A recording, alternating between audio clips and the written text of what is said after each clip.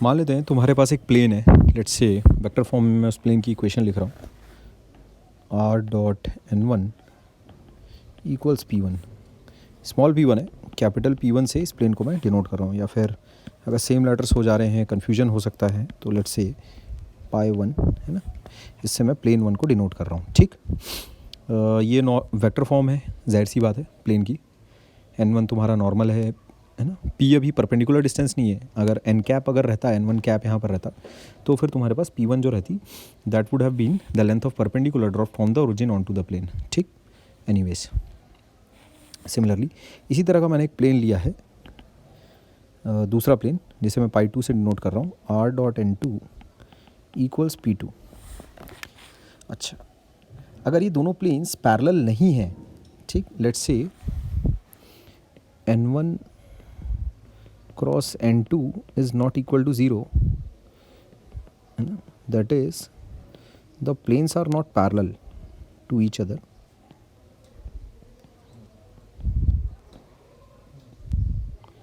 जाहिर सी बात है, अगर दोनों प्लेन्स अगर पैरेलल हैं तो दोनों के जो नॉर्मल्स होंगे वो भी पैरेलल होंगे। Planes are not parallel to each other, तो दोनों के दोनों planes, then the planes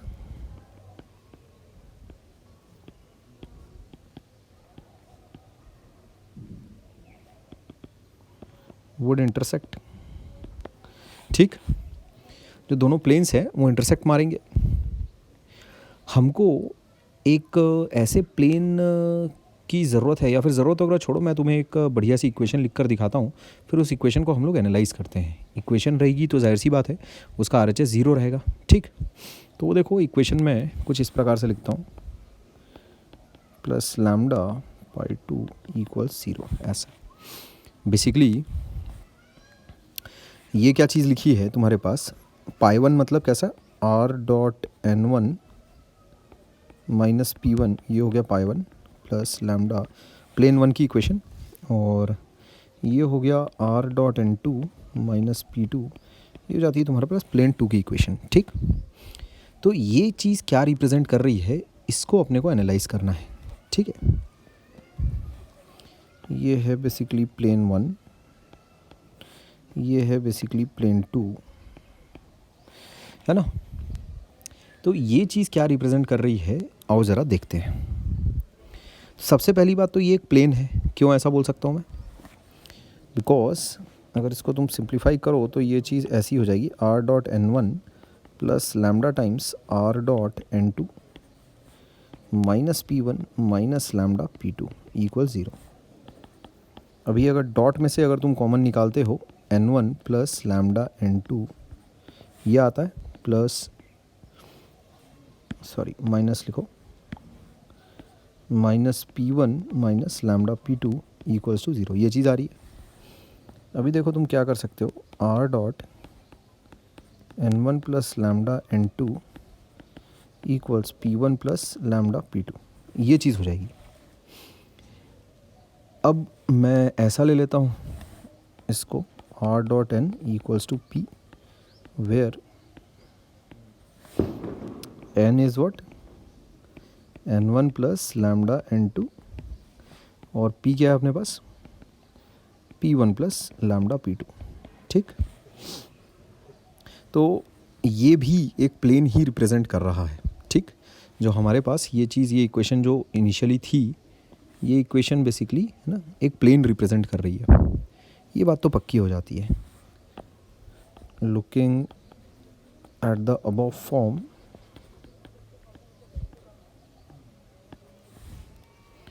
vector form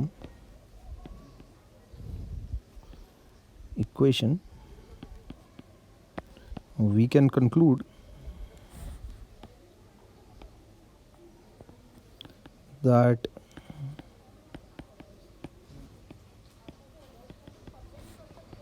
is a plane।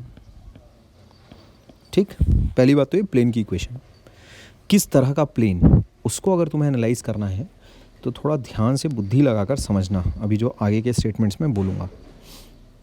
Basically ये एक ऐसे प्लेन की, मैं कंक्लूजन तुम्हें पहले ही बता देता हूँ, जिसको अभी हम लोग डिराइव करेंगे वैसे थोड़ी देर में, लेकिन कंक्लूजन पहले सुन लो कि ये किस तरह का प्लेन है।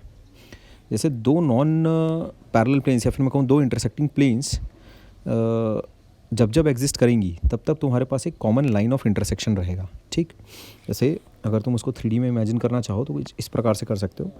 लेट्स से ये ऐसा, ये ऐसा। ठीक, लेट्स से ये पहला प्लेन, ये दूसरा प्लेन। तो जो ये वाला बीच का मसाला है, this is the line of intersection.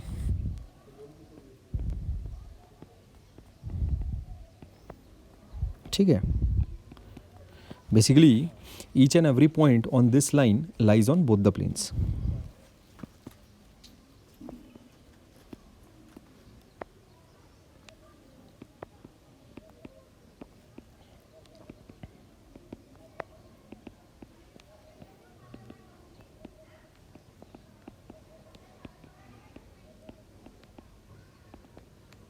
ठीक, अच्छा, तो जो अभी हम लोगों ने ऊपर जो प्लेन लिखा है ना, वो pi 1 plus lambda pi 2 equals to 0, वो प्लेन बेसिकली इस लाइन से गुजरने वाला एक प्लेन है।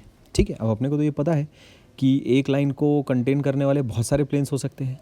ठीक, तो हमने जो ऊपर जो चीज़ लिखी है बेसिकली वो एक फैमिली ऑफ प्लेन्स है, क्योंकि जैसे जैसे तुम लैम्डा चेंज करोगे वैसे वैसे तुम्हें अलग प्लेन्स की इक्वेशन मिलती जाएगी। ये क्या है, is a plane for any value of lambda.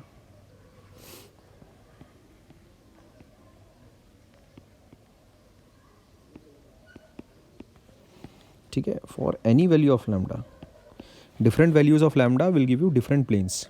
ठीक, बट उन सारे प्लेन्स की एक ख़ास बात रहेगी जिसकी वजह से हम उन सारे कलेक्शन ऑफ प्लेन्स को एक फैमिली कह रहे हैं।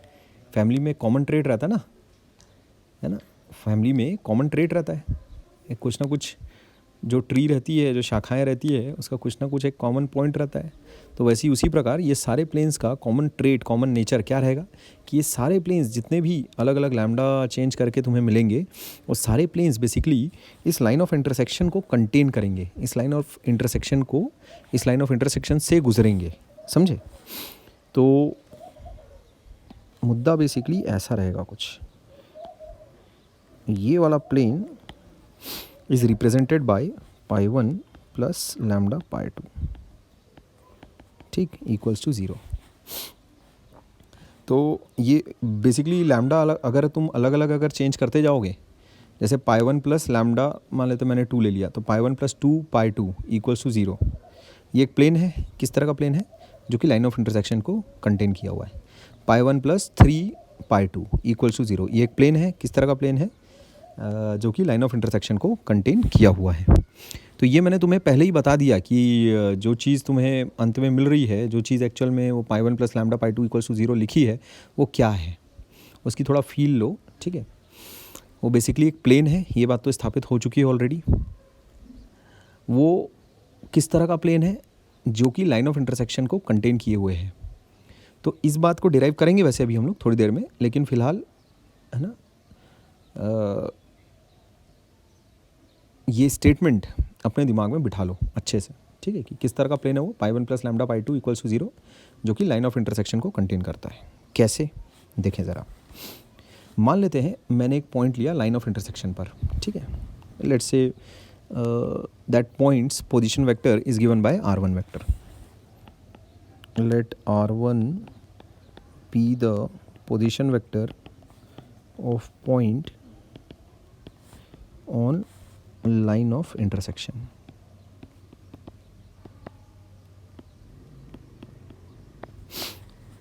अब क्योंकि जो ये पॉइंट है, लेट्स से ये पॉइंट मैं बोल देता हूँ P। अब क्योंकि ये जो पॉइंट है P, ये लाइन ऑफ इंटरसेक्शन पर लाई कर रहा है, इसका मतलब ये प्लेन पाई 1 पर भी होगा, प्लेन पाई 2 पर भी होगा। इन चीज़ों को लिख लेते हैं। पहली बात, P lies on line of intersection.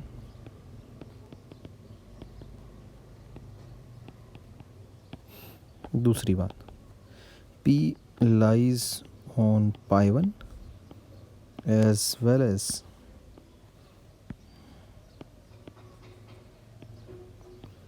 On pi two, यहाँ से ये चीज़ आ जाती है। क्लियर है बात? अच्छा, तो जाहिर सी बात है जो पी पॉइंट है वो सेटिस्फाई करेगा पाई वन की इक्वेशन को और पाई टू की इक्वेशन को।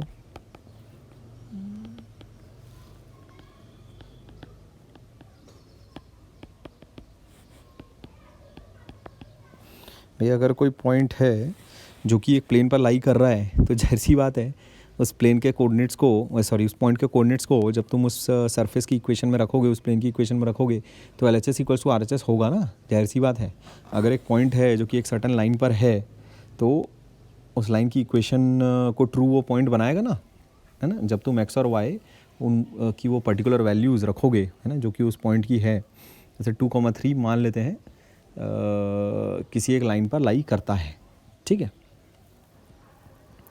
तो let's say 6x minus 4y ऐसा, तो 3 माइनस 2 कर लो, 3x माइनस 2y बराबर 0। ये एक लाइन है, linear equation in X and Y, ये अपने को पता है एक लाइन है, ठीक है। Linear equation in X Y Z, एक प्लेन है, सरफेस है, ये सब बातें अपने को पता है। तो अगर मैं कहूँ कि 2,3 लाइज ऑन दिस लाइन ना, चेक करो कि बताओ कि ये ट्रू है या फॉल्स है, तो तुम जाहिर सी बात है उस पॉइंट को रखोगे उस लाइन पर। और क्योंकि L H S equals to R H S आ रहा है ना, 2,3 है ना, इस इक्वेशन में रखने पर 0 इक्वल्स टू 0 आ रहा है, इसका मतलब ये बात ट्रू है। इसका मतलब 2,3 सेटिस्फाइज दिस इक्वेशन, इसका मतलब 2,3 लाइज ऑन दिस लाइन।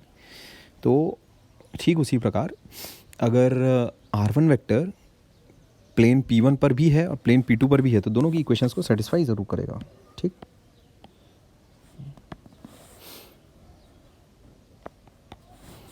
तो R1 डॉट N1 बराबर P1, ये चीज़ भी ट्रू रहेगी। R1 dot N2 equals to P2, ये चीज़ भी सेटिस्फाई ज़रूर रहेगी। इसका मतलब मैं ये कह सकता हूँ R1 डॉट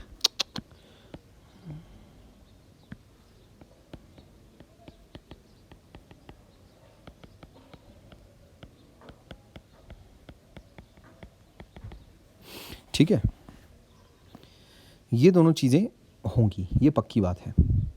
मेरे ये बोलने पर कि point P lies on line of intersection, ये दोनों चीज़ें अपने पास आ जाती हैं, ठीक है। अच्छा, अब तुम देखो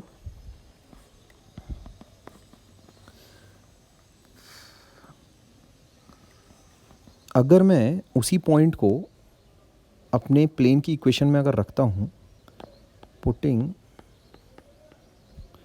R equals to R1 in pi 1 plus lambda pi 2, sorry, equals to 0, LHS कितना आ रहा है?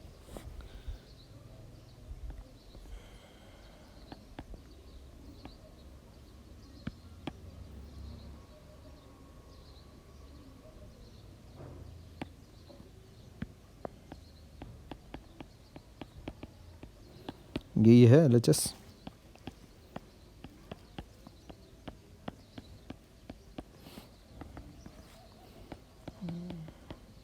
यही आ रहा है ना LHS। RHS क्या देखो,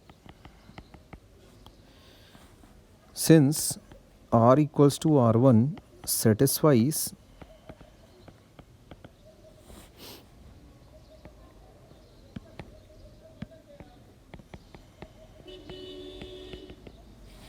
therefore P lies on the plane given by pi 1 plus lambda pi 2 equals to 0, ठीक। ये बात है। तो अब इसके अगले लाइन में अपन कंक्लूजन लिख लेते हैं कि इन सारी बातों का कंक्लूजन भाई आखिर निकला क्या, जो निष्कर्ष है वो क्या निकला, तो रिजल्ट है जो क्या निकला वो ये निकला कि अगर तुम कोई पॉइंट लेते हो लाइन ऑफ इंटरसेक्शन पर तो वो इस प्लेन पर ज़रूर लाई करेगा, ठीक। Conclusion, any point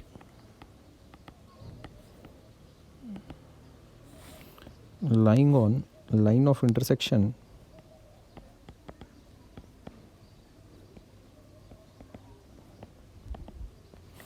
lies on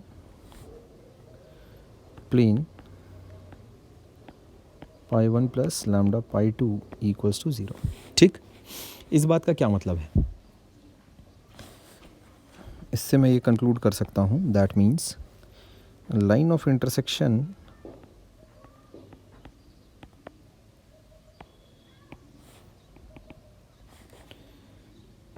is या फिर lies on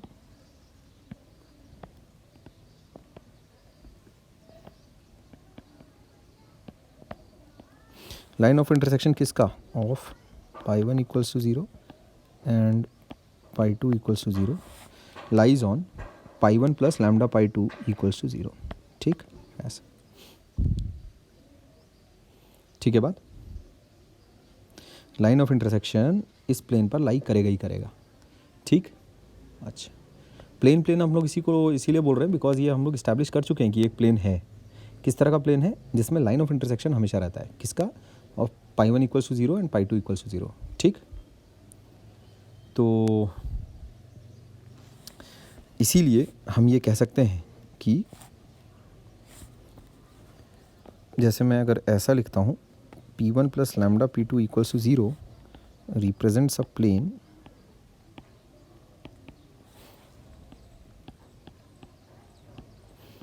containing the line of intersection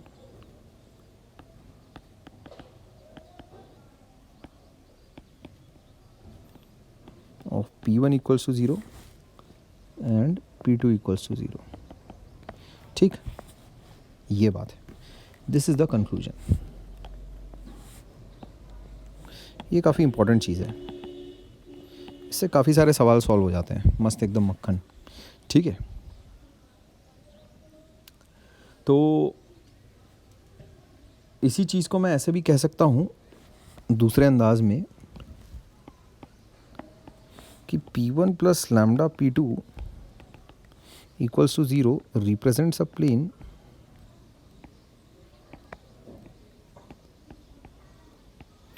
passing through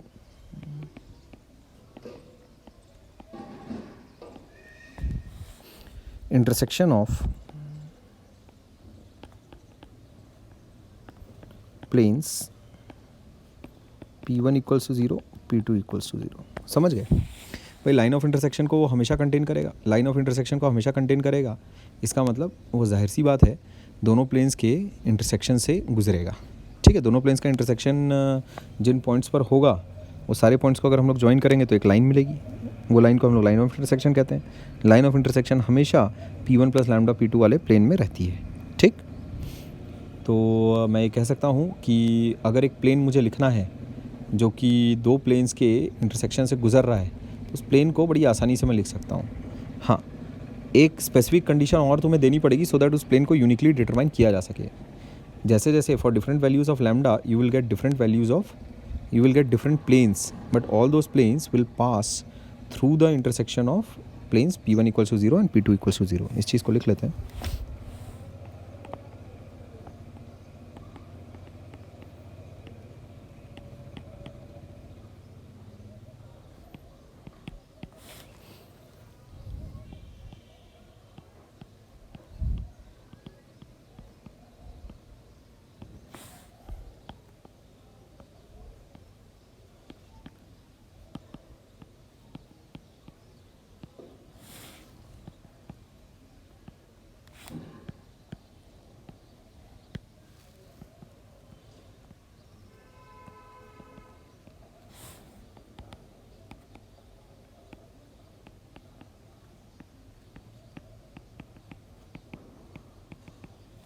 ठीक, अच्छा। तो इससे आधारित सवाल बनाने के पहले मैं थोड़ा सा तुम्हें प्लेन के इंटरेक्शन के बारे में थोड़ा बताना चाहूँगा और प्लेन और लाइन के इंटरेक्शन के बारे में थोड़ा सा बताना चाहूँगा। अच्छा, उस इंटरेक्शन के बारे में बताने से पहले सवाल ज़रा सुन लो किस प्रकार के आएंगे इसमें। क्या रहेगा, जैसे अगर बातचीत की सवाल की शुरुआत अगर इस तरह की बातचीत से होती है कि एक प्लेन है जो कि दो प्लेन्स के इंटरसेक्शन से गुजर रहा है, बस समझ जाओ कि फैमिली ऑफ प्लेन्स का सवाल है। पहले तो प्लेन लिख डालो लैम्डा के टर्म्स में, P1 plus lambda P2 equals to 0। ये प्लेन लिख डालने के बाद तुम्हें एक कंडीशन वो और ज़रूर देगा to determine the value of lambda. ठीक, हमेशा ऐसा होगा।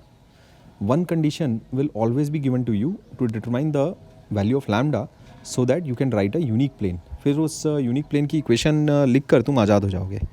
ठीक है, तो काम शुरू करने के पहले जैसे वो यूनिक कंडीशन जैसे तुम्हें कैसी दी हुई रहेंगी, लेट्स से तुम्हें ऐसा बोला जा रहा है कि एक प्लेन है जो कि एक दूसरे प्लेन के परपेंडिकुलर है। ठीक है, ऐसे लेट्स से कुछ उसमें नोट्स में करके लिखवा देता हूँ तुम्हें। मान लेते हैं जैसे दो प्लेन्स हैं आपस में पैरेलल हैं, पहले ये देख लो। ठीक है, लेट्स से दो पैरेलल प्लेन्स हैं। ठीक, तो कुछ ऐसा है मामला। दोनों के जो नॉर्मल्स होंगे वो भी आपस में कैसे होंगे, पैरेलल होंगे।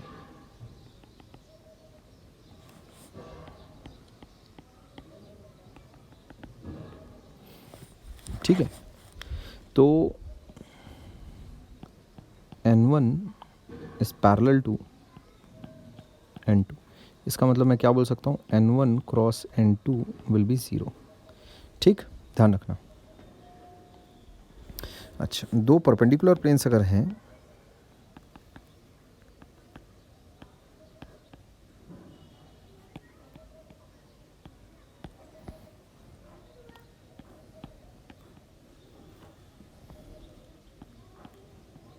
ठीक है,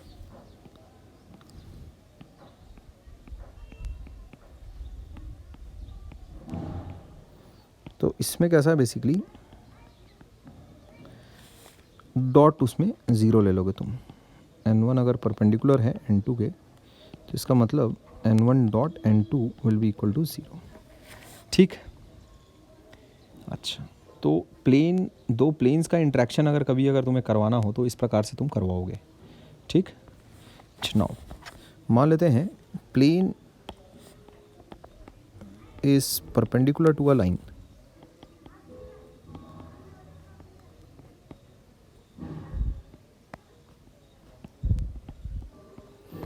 ठीक, तो जैसे ये अगर प्लेन है और लेट्स से ये एक लाइन है, तो ये जो नॉर्मल है n वेक्टर, अभी लाइन तो परपेंडिकुलर है तो उसका जो डायरेक्शन वेक्टर होगा वो पैरेलल होगा नॉर्मल के। n vector will be parallel to b vector. तो इसका मतलब मैं ये बोल सकता हूँ क्रॉस अगर अपन लेते हैं तो वो चीज़ 0 हो जाएगी।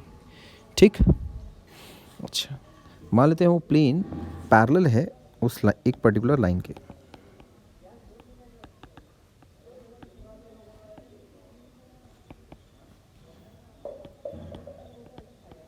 Parallel to a specific line, तब क्या होगा,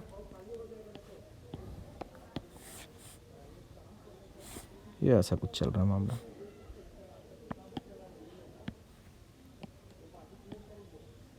ठीक, तो ये एक वेक्टर बी वेक्टर। ठीक है भाई, लाइन कैसी रहती है, ए प्लस लैम्डा भी रहती है ना, ए कोई पॉइंट होगा, ए प्लस लैम्डा भी वाली लाइन है। ठीक, हाँ, इसमें भी कोई पॉइंट होगा, ए प्लस लैम्डा भी लिखा हुआ है मान लेते हैं। अच्छा, जो नॉर्मल है वो अभी कैसा रहेगा, बी के परपेंडिकुलर रहेगा। ठीक, प्लेन के परपेंडिकुलर और प्लेन लाइन से पैरेलल है तो इसका मतलब जो नॉर्मल है वो बी वेक्टर के परपेंडिकुलर रहेगा। ठीक, तुम डॉट उठा के 0 पटक दियो, समझ गए बात, जे काम करना है अपने को। अच्छा, आगे बढ़ते हैं, कुछ इलस्ट्रेशन सॉल्व कर लेते हैं। अगेन प्रॉब्लम सॉल्विंग माइंडसेट कैसा रहेगा तुम्हारा, एकदम क्लियर।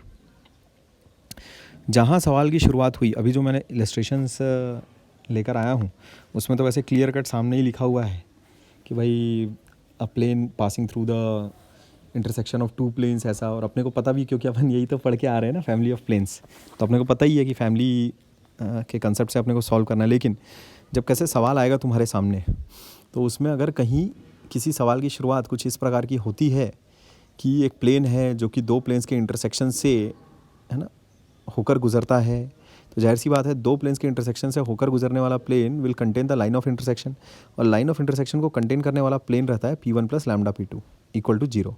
ठीक है, अच्छा, इस प्लेन को निकालने के लिए, या फिर मैं कहूँ लैम्डा की यूनिक वैल्यू फाइंड आउट करने के लिए, तुमको कोई ना कोई एक अलग से कंडीशन जरूर देकर रखी होगी, पक्का है, 101%।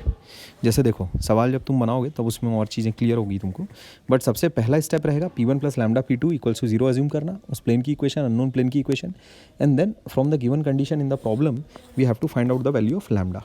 ठीक है, अच्छा, तो यहाँ देखो, जैसे पहला सवाल है एकदम ही चंटू, find the equation of plane passing through the intersection of the planes, दे मारा, मतलब इसमें कैसा, फैमिली ऑफ प्लेन्स तो अपने को लगानी है। ठीक, तो प्लेन की इक्वेशन हम लोग क्या मान लेते हैं, let the required plane be ये ऐसा,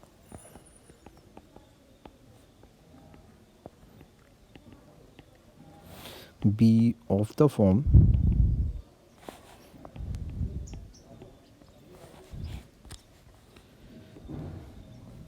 उसमें पहले तो ऐसा ले लेना, लेट P1 इक्वल्स टू 0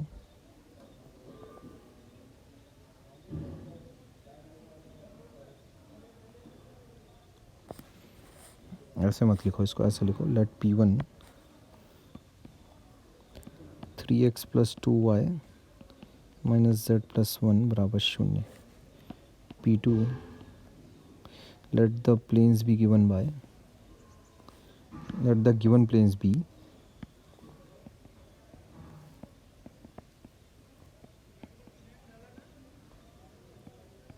ऐसा, P1 P2 क्या रहेगा भाई, x plus Y plus Z minus 2 बराबर 0। ठीक, ऐसा, देन इसमें फिर लेट मत लिखना, then the required plane will be of the form P1 plus lambda P2 equals to 0. Lambda is constant, lambda is a parameter लिख दो, ठीक है, lambda is a constant। ऐसा, अभी क्योंकि गिवन कंडीशन सवाल में तो एक गिवन कंडीशन रहेगी, तो अभी तो लैम्डा कांस्टेंट है ना, पैरामीटर लिखने से ऐसा लगता है कि वो चेंज हो सकता है, ऐसा इस टाइप का है ना। अच्छा, दैट इज़ P1 क्या हो गया भाई, 3x plus 2y, RHS 0 create कर लेना P1 लिखने के पहले, माइनस z प्लस 1, ठीक, प्लस लैम्डा P2 कितना हो गया, x plus Y plus Z minus 2 बराबर 0, ऐसा। ठीक, अच्छा, अब उसमें एक और गिवन कंडीशन है कि देखो लैम्डा निकालने के लिए ये जो कंडीशन है, this condition has been given to find lambda. ठीक, तो since 2,2,1 lies on the required plane,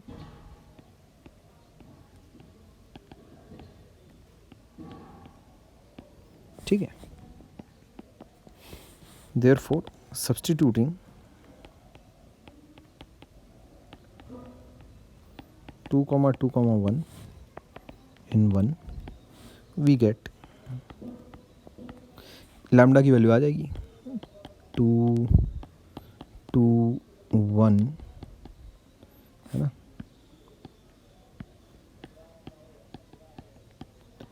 2, 2, 1, ठीक, -1 + 1 तो हट जाएगा, +2 - 2 हट जाएगा, 6, 4, 10 प्लस 3 लैम्डा बराबर 0। इसका मतलब लैम्डा की वैल्यू आ जाती है अपने पास -10/3। ठीक, लैम्डा की वैल्यू जैसी आ गई अपने पास रिक्वायर्ड प्लेन की इक्वेशन भी आ जाएगी। Now the required plane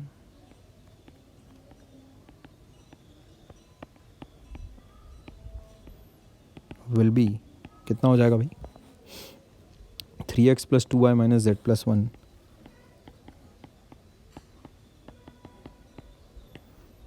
plus, अच्छा सॉरी लैम्डा तो नेगेटिव है, -10/3 x plus Y plus Z minus 2। ठीक, ये हो गया, थोड़ा सिंप्लीफिकेशन कर लेना, बराबर 0। कैसे करोगे? 3 माइनस 10/3 -1/3 होगा, -1/3x प्लस y टाइम्स कितना हो गया y, 2 माइनस 10/3 -4/3 हो गया, और माइनस z तो प्लस z, 1 माइनस 10/3 -7/3 हो गया, ठीक। 1 प्लस 20/3 ये हो गया 23/3, ठीक है। इसका मतलब x plus 4y plus 7z equals to 23। 3 पूरा हटा लो, कैंसिल ही कर लो एक ही बार, है ना, ठीक। दिस इज़ द आंसर, ठीक है बात, ये अपना आंसर हो जाता है। क्लियर है चीज़?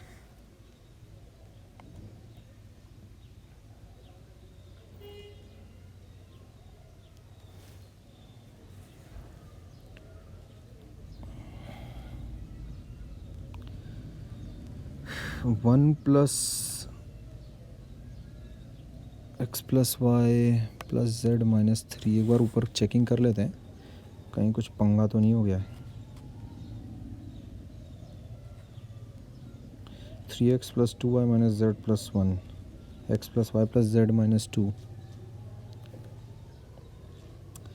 -20/3 23/3 सब ठीक तो है, माइनस जेड -1 -10/3 यार, -13/3 होगा ना, ठीक है। यहाँ पर पोपट हो गया, अब ठीक है, ठीक है, अभी ठीक है। तो देख लेना, सिली मिस्टेक्स हो सकती है एक इंसान से, बट तुम्हें सावधानी रखनी है। खैर, तो पॉइंट अगर तुम्हारा लाई करता है, अगर जैसा कि उसने दे रखा था लैम्डा निकालने के लिए, पॉइंट अगर तुम्हारा इस प्लेन पर लाई करता है तो जाहिर सी बात है उस प्लेन की इक्वेशन को भी सेटिस्फाई करेगा, ठीक है। पहली स्टेप ये रहती है, ये अजम्पशन कि प्लेन किस फॉर्मेट का रहेगा, इस फॉर्मेट का रहेगा। दूसरी चीज़ ये रहती है सब्स्टिट्यूशन, ठीक, ये रहता है सेकंड स्टेप। बस उसके बाद फिर लैम्डा की वैल्यू आ जाती है तुम्हारे पास, ये देखो लैम्डा की वैल्यू आ जाने के बाद यू सब्स्टिट्यूट, है ना, और उसके बाद फिर प्लेन तुम्हारे पास फाइनली आ जाता है, ठीक है। अच्छा, आगे देखते हैं। अभी देखो P1 प्लस लैम्डा P2 तो तुम लिख ही लोगे तड़ातड़, स्पीड में कोई भी लिख लेगा, ठीक है ना। जैसे यहाँ देखो, find the vector equation of plane passing through the intersection of the planes, बड़ी क्लियर और आसान भाषा में यहाँ लिखा है, passing through the intersection of the planes. एक वेक्टर इक्वेशन निकालनी है, ठीक है, vector is the keyword, vector equation निकालनी है। तो उसमें पहला प्लेन हो गया, दूसरा प्लेन हो गया, और उसमें कहा गया है कि एक जो ये कंडीशन है फॉर फाइंडिंग लैम्डा, वो क्या है कि जो अपना P1 plus lambda P2 equals to 0 वाला जो प्लेन होगा, that will be perpendicular to this plane. दो प्लेन्स अगर आपस में परपेंडिकुलर हैं तो दोनों के नॉर्मल्स भी आपस में परपेंडिकुलर होंगे, ठीक बात। अच्छा, तो दोनों के नॉर्मल्स अगर आपस में परपेंडिकुलर होंगे, सबसे पहले तो रिक्वायर्ड प्लेन तुम कैसा अज्यूम कर लेना, रिक्वायर्ड प्लेन कैसा हो जाएगा, और डॉट 2, -3, 4, मैं डायरेक्टली लिख रहा हूँ विदाउट राइटिंग स्टेटमेंट्स, -1, ये हो गया P1 plus lambda P2 R dot I minus J, ठीक है। अब ये I माइनस जे वगैरह हटाओ, 1, -1, तुम मत लिखना ऐसे, R डॉट, है ना, +4 P1 प्लस लैम्डा P2 बराबर 0, ठीक। ये हो गया तुम्हारा रिक्वायर्ड प्लेन, ठीक है बात, this is your required plane.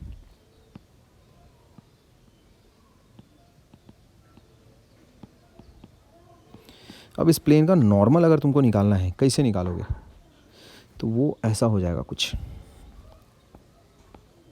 R dot 2, -3, 4, 1, -1 है क्या, अच्छा ठीक है, 1, -1, 0 भी तो लिखना चाहिए यार।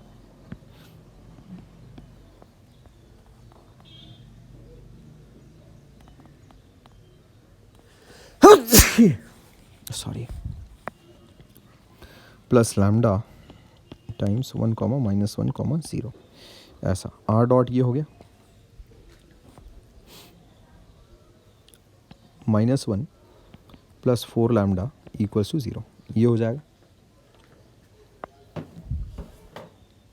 अच्छा,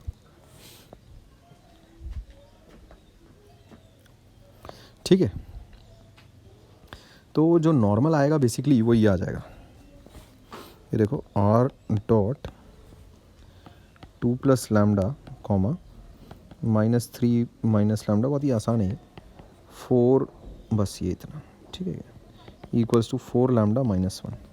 तो यहाँ से मेरे पास नॉर्मल आ जाता है, एन वेक्टर आ जाएगा मेरे पास, ठीक है, नॉर्मल टू प्लेन ये आ गया मेरे पास, ठीक। अच्छा, अभी जो दूसरा प्लेन है ये अपने को दिया हुआ है, ये this plane is normal to the required plane, ठीक है। तो दोनों के जो नॉर्मल्स होंगे वो भी आपस में परपेंडिकुलर होंगे, ठीक। तो मेरे पास ये हो गया, इसको मैं बोल देता हूँ n1 बराबर normal to required plane,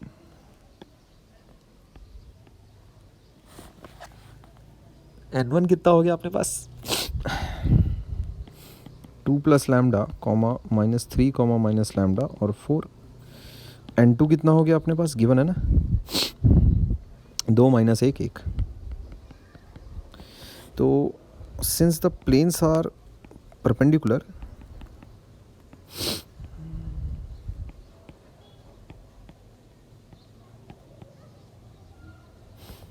therefore n1 is perpendicular to n2।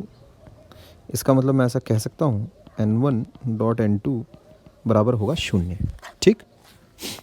अच्छा,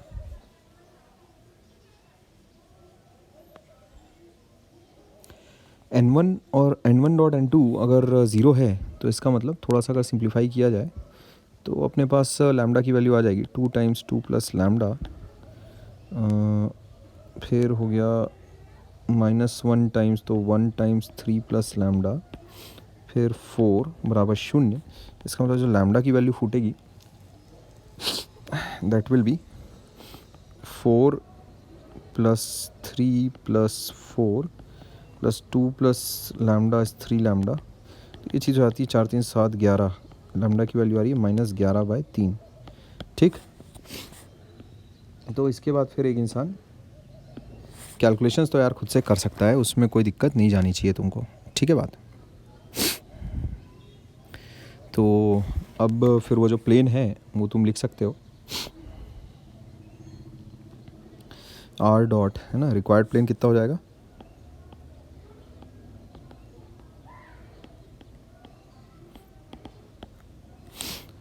वो इसमें लैम्डा की वैल्यू सब्स्टिट्यूट कर देना, ठीक है, 2 प्लस लैम्डा -3 माइनस लैम्डा, ये हो गया, वेक्टर फॉर्म में चाहिए ना, इसीलिए वेक्टर वेक्टर ही चला रहा हूँ मैं। तो 2 प्लस लैम्डा से क्या आएगा, 2 प्लस लैम्डा -3 माइनस लैम्डा, ठीक है, 4, ये किसके बराबर है 4 लैम्डा -1, ठीक। तो इससे मैं क्या बोल सकता हूँ, आर डॉट 6 -5/3, ठीक है, 2/3 4 बराबर -44 -47/3, ठीक। तो अगर 3 का अगर दोनों तरफ से मल्टीप्लिकेशन अगर हो जाए तो मज़ा आ जाएगी, ठीक है। तो 3 या फिर करो 4 -11/3, ठीक है, 1 प्लस 4, 1 मिनट को देख लेना मेरे को कहीं गड़बड़ तो नहीं है, 4 लैम्डा,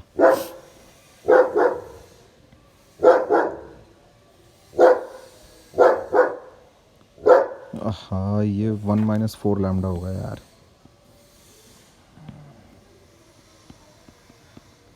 ठीक है। तो यहाँ पर एक माइनस साइन आएगा, इसको ठीक कर लेते हैं, ये ठीक कर लेना इसको,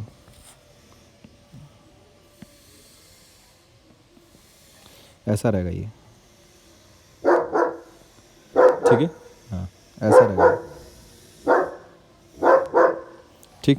तो अगर 3 से अगर तुम मल्टीप्लिकेशन अगर कर लेते हो तो ये चीज़ हो जाएगी -5, 2, 8, नहीं 12 होगा, बराबर 47, ठीक है। This will be the vector equation of plane. ये तो ऐसा लग रहा है कि यार मैं गणित कम सॉल्व कर रहा हूँ, साला कैलकुलेशन मिस्टेक ज़्यादा चेक कर रहा हूँ, ठीक है। तो ये तुम्हारा आंसर होगा, ठीक है। अच्छा, अगले सवाल की तरफ चलते हैं। कैलकुलेशन मिस्टेक अगर कहीं हो जाती है तो उसको कैसा थोड़ा सा सतर्क रहना, कंसेप्ट से अपने को मतलब है, ठीक है। खैर देखो अभी अगला सवाल, 2 सवाल बाकी है, फटाफट करते हैं। पैरेलल टू द लाइन, ठीक है। तो पहले तो P1 ये P2, ठीक, ये हो गया P1 इक्वल्स टू 0, ये हो गया P2 इक्वल्स टू 0, और इस लाइन के अगर वो पैरेलल है, ठीक, तो ये लैम्डा के लिए एक्चुअल में दिया हुआ है, लैम्डा के लिए दिया हुआ है ना। तो अगर एक प्लेन किसी लाइन के पैरेलल है तो उसका जो नॉर्मल होगा वो लाइन के परपेंडिकुलर होगा। तो n is perpendicular to b, तो n डॉट b तुम ये लगा देना, 0 हो गया ख़त्म, ठीक। तो इसका जो डायरेक्शन वेक्टर है वो कैसा रहेगा, 2, 4, 5, और नॉर्मल वेक्टर तो तुम निकाल ही लोगे, कैसे, P1 प्लस लैम्डा P2 का नॉर्मल वेक्टर नहीं निकाल लोगे, क्या रहेगा, ये अपना रिक्वायर्ड प्लेन हो गया। तो P1 है P1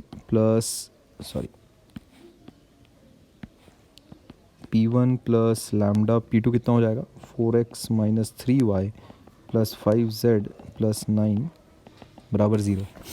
P1 plus lambda P2 है ना का जो नॉर्मल बनेगा कितना बन रहा है, देखो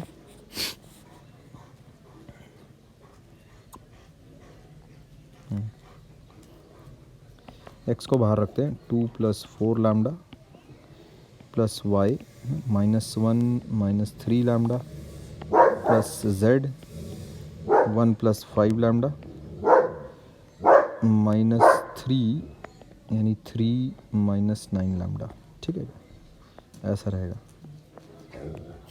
क्लियर है। अच्छा, तो इसका जो नॉर्मल बनेगा दैट विल बी,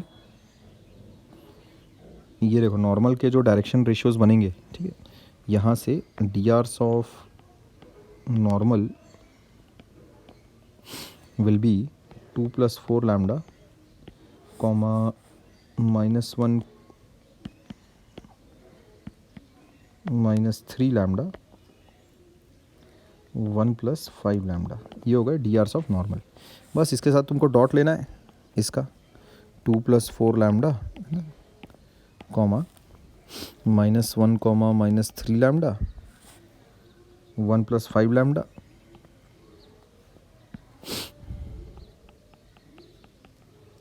बस हो गया, डॉट 2 4 5 था ना, बराबर 0, हो गया, बस काम ख़त्म, ठीक है। जैसे तुम डॉट लेके 0 मारोगे लैम्डा की वैल्यू आ जाएगी, लैम्डा की वैल्यू आ जाएगी तो प्लेन की वैल्यू भी आ जाएगी, ठीक है बात, ठीक। तो ये सवाल हो जाना चाहिए, इसको तुम एज अ होमवर्क ले लो, ठीक है।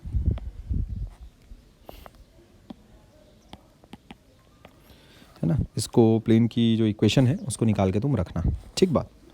अच्छा आगे बढ़ते हैं, अगला देखो, इक्वेशन ऑफ प्लेन निकालनी है, passing through the intersection of the planes, ये and parallel to the X axis. तो एक्स एक्सिस बोले तो भाई उस डायरेक्शन में एक कोई वेक्टर अपन जानते हैं क्या, बहुत अच्छे से जानते हैं, उस डायरेक्शन का एक बहुत ही पॉपुलर सा है यूनिट वेक्टर आई कैप। तो जो प्लेन है that is parallel to X axis, इसका मतलब उस प्लेन पर आई कैप रहेगा, ठीक, ऐसा इसको वाइट से ही बना लेते हैं ताकि एक ही प्लेन वाली फीलिंग आए। इस प्लेन पर आई कैप रहने वाला है, प्लेन कंटेन्स, रिक्वायर्ड प्लेन है ना, कंटेन्स आई कैप, ठीक। तो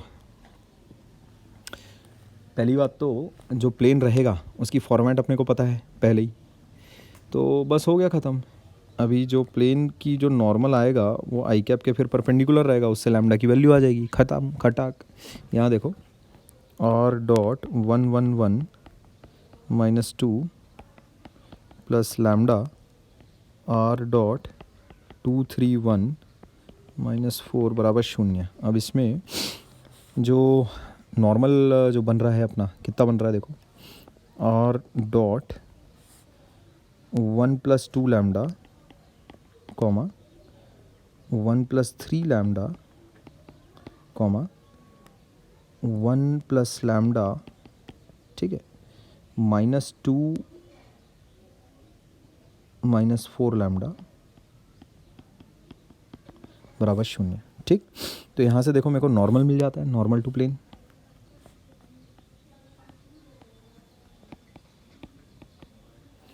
नॉर्मल मिल गया मेरे को, और आई कैप के साथ डॉट लूँगा तो वो 0 कर दूँगा, बस हो गया ख़त्म।